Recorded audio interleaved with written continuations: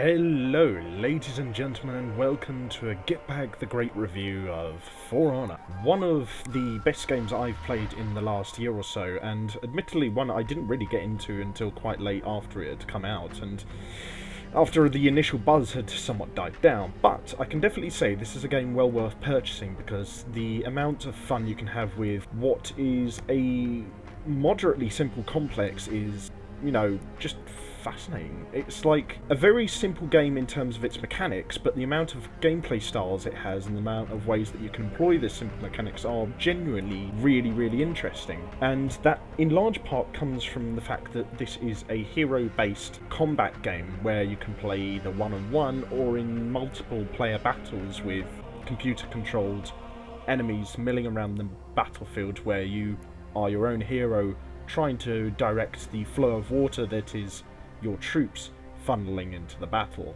Now recently, For Honor got a very large update which introduced a Chinese-themed set of heroes into the game, whereas previously there had mainly been Roman-themed heroes, some Vikings, some Japanese, some European knights, amongst others. Now, this does bring an interesting cultural aspect to the game on top of what is already there, and I do think that playing as the Chinese heroes will be very interesting, as they, just from the look of them, seem to have a very different style to them. Now, generally speaking, the Vikings are my favourite faction to play as. They are direct, tough, strong. They don't have the best armour, but they are very good at making use of the environment around them.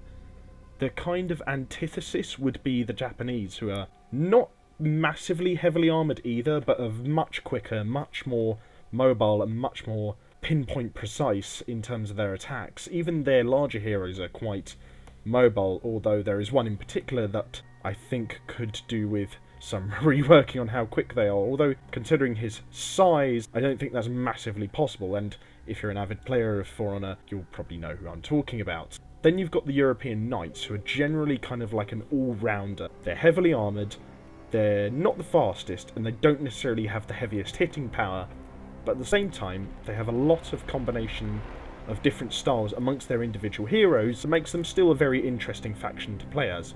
In all honesty, even though you might have your own, preferences for what particular type of hero to play as, I would still recommend trying as many as you can, considering there's a fair different variation between the different heroes of each faction. Now, the one I'm not so educated about, or that I don't really know much about, is the Chinese sort of themed heroes, but I imagine they would probably be somewhere between the European Knights and the Japanese in terms of how they play. Now, there's also been a few different updates to the game since this new big patch to the game, namely in terms of some of the art styles and some of the game modes added in.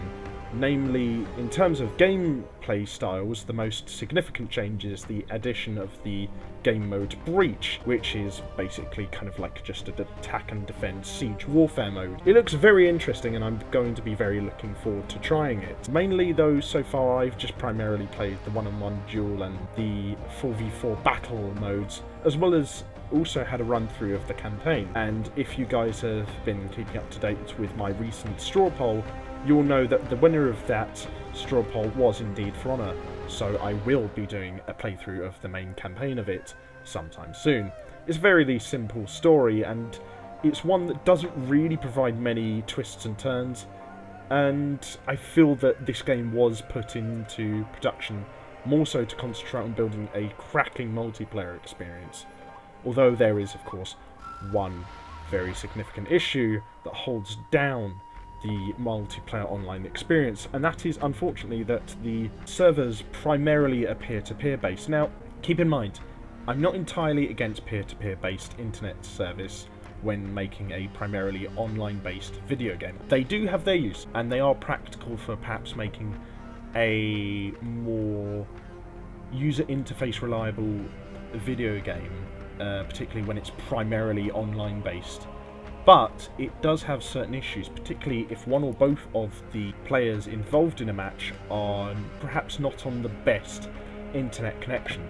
And considering that you need an internet connection to play this game in the first place, considering it is based off of the Uplay service made by Ubisoft, then that does pose a considerable problem. If you don't have the best internet connection, or your internet is just down completely, then you can't really play this game. And I've heard people say that peer-to-peer internet connection isn't as bad as everyone makes it out to be. And to be fair, there is an element of truth in that, and I do agree with that to a certain degree. But at the same time, I do feel that it wasn't handled as well as it anywhere near it could have been in the case of For Honor. Really, this thing's main weakness is the fact that its internet connection and server stabilities is quite up and down, and to be honest, at times very dodgy. So I can't really fully give this game full marks on its connectivity and personal enjoyment rating, because while it is an excellent game, it does let itself down really badly in that regard, and that is probably my main criticism of the game. My second most...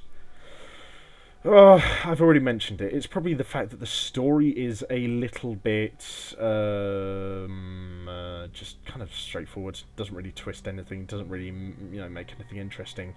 Although the fact that it does set itself in an alternate world where the world kind of didn't really advance past the point of medieval technology and warfare is quite an interesting point to note, as you see this world constantly locked in the throes of medieval style warfare. And it's an interesting sort of environment to look at in this kind of gameplay, where you're playing as individual heroes, lacking, necessarily a whole battlefield to command, and instead clashing into each other on the battlefield, leading individual infantry charges and the like.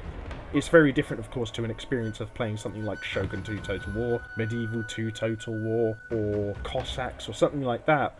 One of, the classic real-time strategy games where you're playing in this kind of warfare and you're having an overview, bird's-eye view of the battlefield, controlling large numbers of units, clashing over a tactical map. This is kind of the opposite end of that, and it feels more like you're commanding a lieutenant or a sergeant sort of style unit, driving the battlefield more forwards on a individual basis.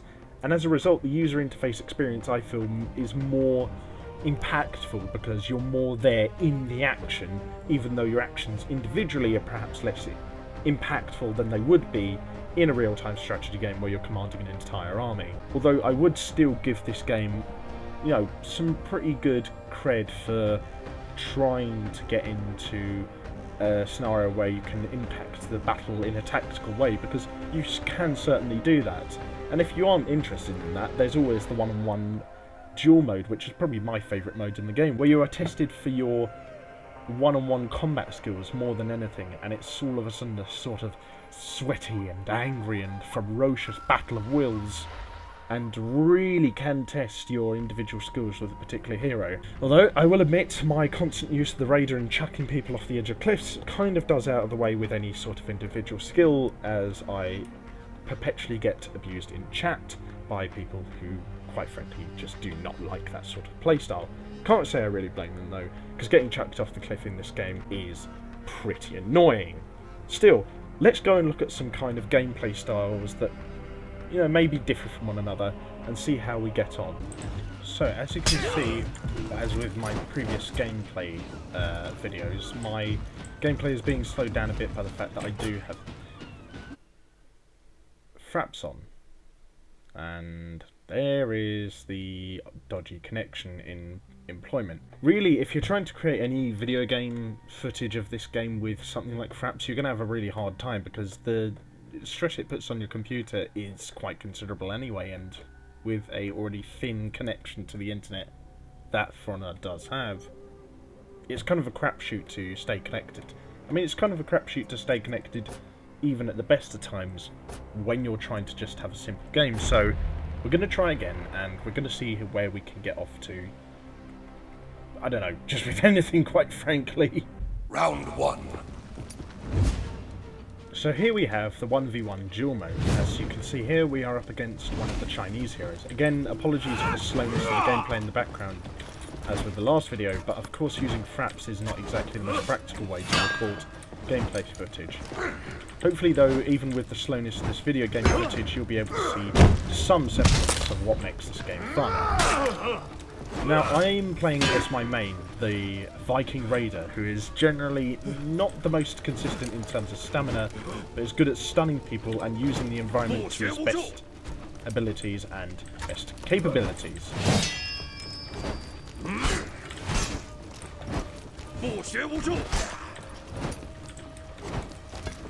As you can see here, he has a couple of different ways of stunning his opponent. And one involves dashing and using his life ability, the other involves slamming people into the walls of the environment around you and using that to cause a small bit of stun damage as well as actually stunning them.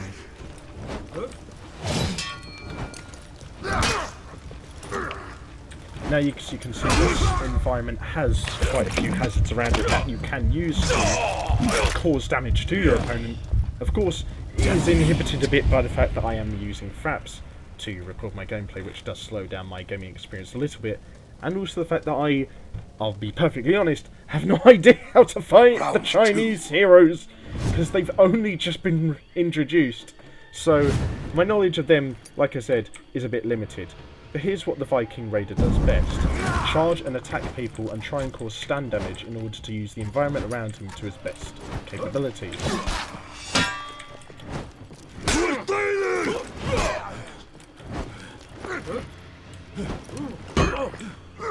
As you can see here, hopefully we will get a chance to chuck this Chinese hero off the edge. Not quite. Unfortunately, I did not get the chance really to properly send him off the edge. Oh, here we go. Oh, no. Not quite. To be honest with you, it does not really matter what hero you have, just so long as you're skillful enough to use them. Really, any hero can defeat any other hero. As you can see there, the guy clearly does have a higher skill level than me, but because of my use of the environment, I was able to defuse the situation and nullify his slightly higher skill set and the fact that I don't really know how the Chinese heroes play. And of course, it's quite annoying when you have been dominating someone for an entire match or round, and all of a sudden they use the environment around them to completely ruin you. Which is something that makes the Raider quite an annoying hero to play against, and is probably why I quite like using him, because he's fairly easy to use, he's fairly ambidextrous and straightforward to play as, and yet he can also make probably the best use of the environment around him out of any hero really, quite frankly. It's quite a cheesy way to play, yes, but it's also quite fun. Especially in this one-on-one mode, where really use of your environment is quite key. As you can see right there. And while I might not be the most tactically flexible in terms of playing this game, particularly in the one-on-one duel mode, it does pay dividends to study all of the heroes and try and at least get a few sessions of playing any of them, or as many of them as possible, just so you get a good idea of how any of them play, because chances are you will run into one that you might not see often, and if you do and you haven't studied him or her a lot, then you will be at a bit of a loss to how to really, fight them properly.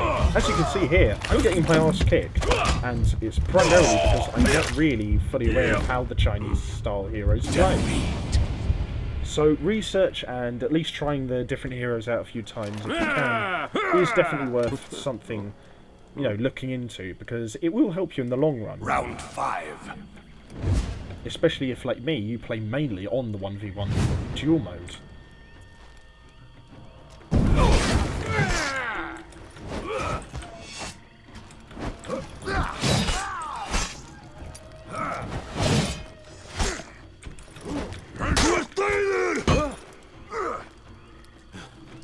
Fortunately though, what makes the 1v1 duel mode possibly my favourite mode in the game is that even from a losing position you can sometimes have great comebacks.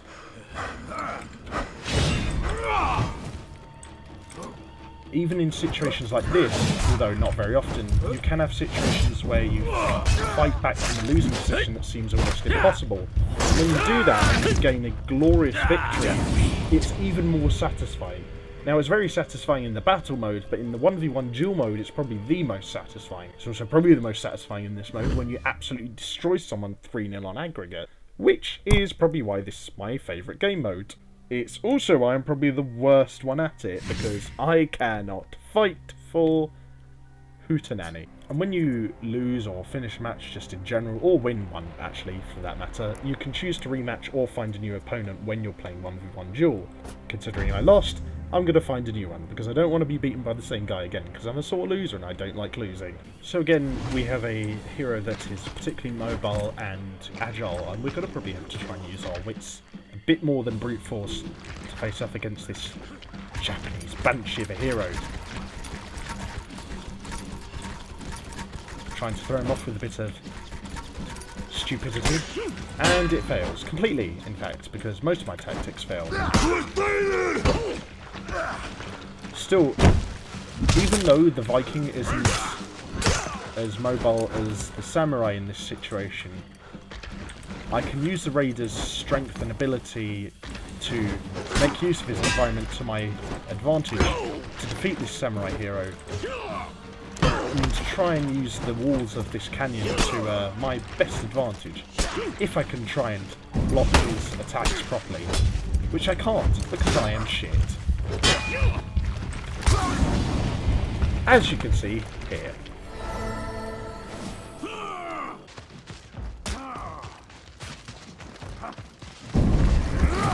So, I wanted to add to what I'd said earlier in the video by expatiating on the point that in order to get a full experience out of this game, it does pay dividends to try as many of the heroes as possible.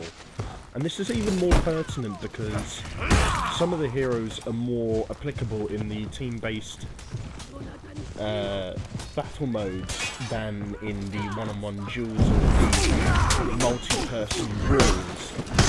For example, the raider that I mainly main as is quite decent and useful at tackling crowds of grunts and individuals, so therefore he's generally better at being used in a Dominion or Breach mode match rather than a one-on-one duel, and this isn't to say he can't be used successfully in those modes, it's just that he is practically more applicable in a situation where his area of effectability as well as his capability to cause a brief bit of disruption is perhaps more easily applicable to a group situation like Dominion or Breach, where, say for example, you've got one of your allies being pinned down or really heavily pummeled by an opposing hero, and you need to rush in and help them out by stunning said hero, and then you gang up on the enemy hero,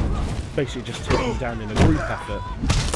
And this might not work in the same way for other Viking heroes even, as Valkyrie is a considerably good one-on-one duel style hero, as are a great number of the Japanese heroes.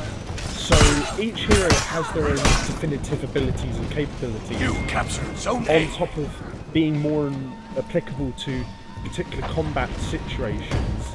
So it does pay dividends to try all of them out, if you can, and see where they get you. Some are generally, on a broad basis, better than others, just without taking that into account.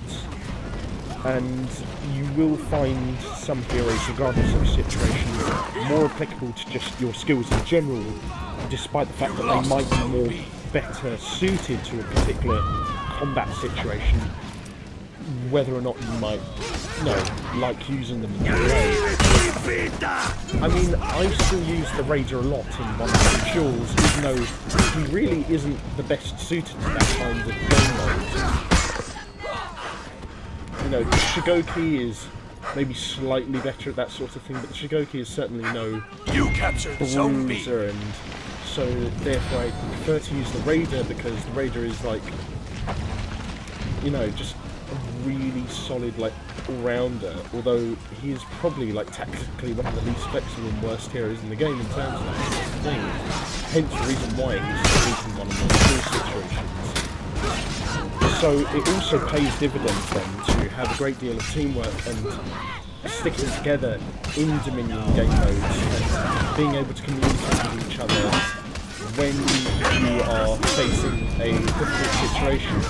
And that goes not just for Dominion, of course, but also for Deathmatch, Breach, and the other team-based modes. So being able to communicate in a clear manner, I think, is very paramount on these game modes, and it's something that is worth practicing in because, well, let's face it, this is online games, not everyone is always going to communicate clearly with everyone. You know, it's just the internet, that's just how things go, man. Although, I will say, like, the online community of what I've seen so far For Honor has been pretty decent, and I haven't really gotten much grief for anything I've majorly said so far, but at the same time I did get into this game quite late, and I haven't had a huge involvement in the community in it as of yet, or played as much of it as some other people, so it does pay to, I think, keep an eye out on the forums, because there are some experts in the game who can really help you out with identifying the best heroes to suit certain playstyles and certain game modes, and getting the most out of your bang for your buck, and it's your most, you know, valued gaming experience. And like with any online game, I think it does, as I said earlier, pay to just communicate clearly with your teammates so that you know what you're doing and you can formulate a good game plan and have a really good match and just, you know, absolutely destroy the opposing team. Some people have also kind of criticised how sort of microtransactions and stuff have been handled in games like this. However, For Honor, I think the issue is perhaps less egregious, and I'm perhaps more reluctant to give it shit than some other people, because I don't know, it's just generally not as bad here as some other Ubisoft games. Last two Assassin's Creed. Although, to be fair, I have heard some good things about Assassin's Creed Odyssey, and it's based off of Greek mythology and culture, which I'm very much interested in, so there's a chance I might actually try it out. And as I said earlier, the whole internet connectivity thing is quite significantly the biggest weak point of For Honor, and it does tie into why I dislike Uplay so much, because I've had to use Upay before, and I just can't get much of it. It's not the worst online gaming platform in the world, certainly not, but it's far from good, or far from being wholesalely recommendable as being amongst the best. I do feel it gets maybe a little bit too much hate sometimes, but at the same time, the hate it does get is verifiable, I think. It's understandable, and you just have to look at the connectivity issues with For Honor as being arguably the main issue with the game to understand where people are coming from, oh god, because that is, I would honestly say, the main issue with this game. Although, then again, no, I can't really say that the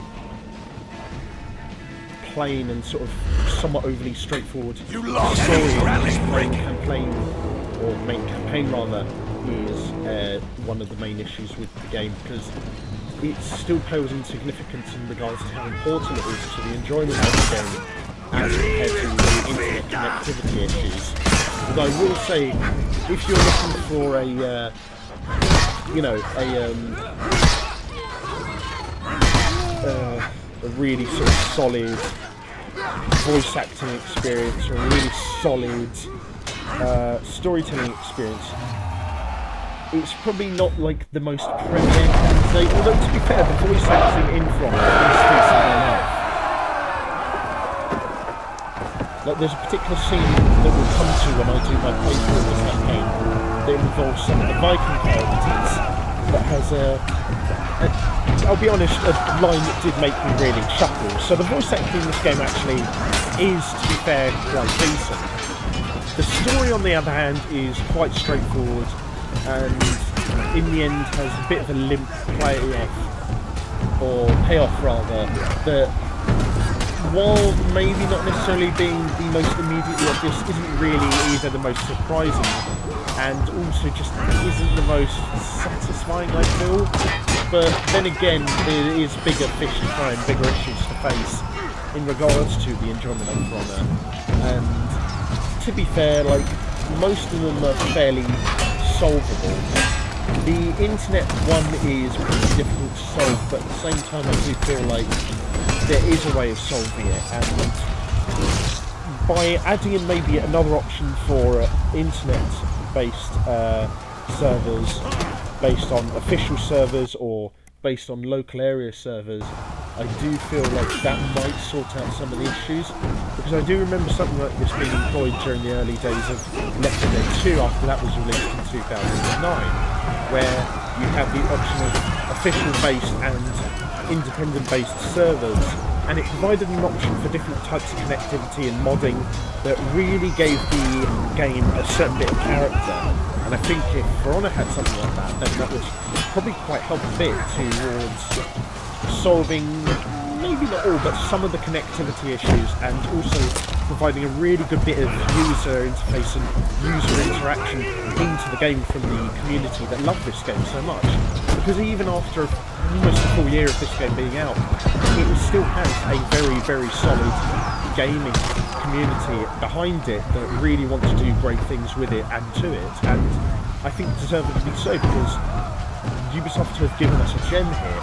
It's one of the most satisfying gaming experiences I've had in quite some time, and is probably one of the ones I sunk the most initial gaming hours into immediately after playing it for the first time since, I'd say, possibly Overwatch, and I absolutely love that game, even despite some of its discrepancies and individual issues. So overall, I would say that For Honor is worth checking out. If you can get it on discount, I would probably recommend it a bit more then, but overall it is generally worth getting. The game does have a lot of content, although not necessarily so much in a single player aspect, but it does have a lot of different online modes that have a different bit of variation between them. There's loads of heroes to choose from, there's quite a bit of customization in the game, both cosmetic and practical, and it's just generally a good online experience. Really, the only sort of all of the issues I can kind of forgive, but the online connectivity is really the centerpiece of what is wrong with this game. But then again, it might not always rear its ugly head. If you have a decent internet connection, you will be fine. And to be fair, my internet connection is perhaps the best, because I live in a house with multiple people, and I also live in a part of the city where I'm living where internet connection is a bit spotty at best anyway. So, to be honest with you, I'm kind of at a bit of a loss in my situation anyway. But if you can get good internet connection, you will have an absolute blast. Even if you don't necessarily have the absolute top tier best internet connection, I would still recommend getting this game, because it is just that good of an experience. And the connectivity issues can be kind of solvable in certain situations, although I'm not going to sugarcoat it. Overall, I would probably give this game a solid 8 out of 10, I'd say, or maybe 7 out of 10 possibly. But it is generally a decent game overall, and one I would recommend playing if you do like this era of history, as in like early modern or medieval warfare, because it does explore the ways that it works quite interestingly, with an air of, like, you know, video game unrealism, as one would say. Overall, I think it's a good game with a lot of issues, but some and many of which are solvable, and ones that I do think Ubisoft do need to take more notice of, although I do think they can solve them quite easily, and I have faith that they probably will at some point in the future. In any case, I've been Gitbag, and I hope you guys have enjoyed this review of For Honor. As said earlier in the video, I will be doing a playthrough of a single player campaign of For Honor at some point in the foreseeable future, hopefully sooner than later. And when that comes around, I'll be sure to let you guys know, and hope that you guys enjoy it as much as I will enjoy it, or if not, more so. And the same with this video as well. I hope you guys enjoyed it more, if not just as much as I enjoyed making the Critical Identity games. Until next time, be sure to check out my other YouTube channels, as well as my social media platforms in the video description below, as well as, you know, I don't know, checking out from this page on Steam or something like that. And until next time, have fun, stay safe with whatever you're doing, don't do anything I would do, and until next time, I can Gitbag the Great. And I'll see you guys, quite literally, on the battle.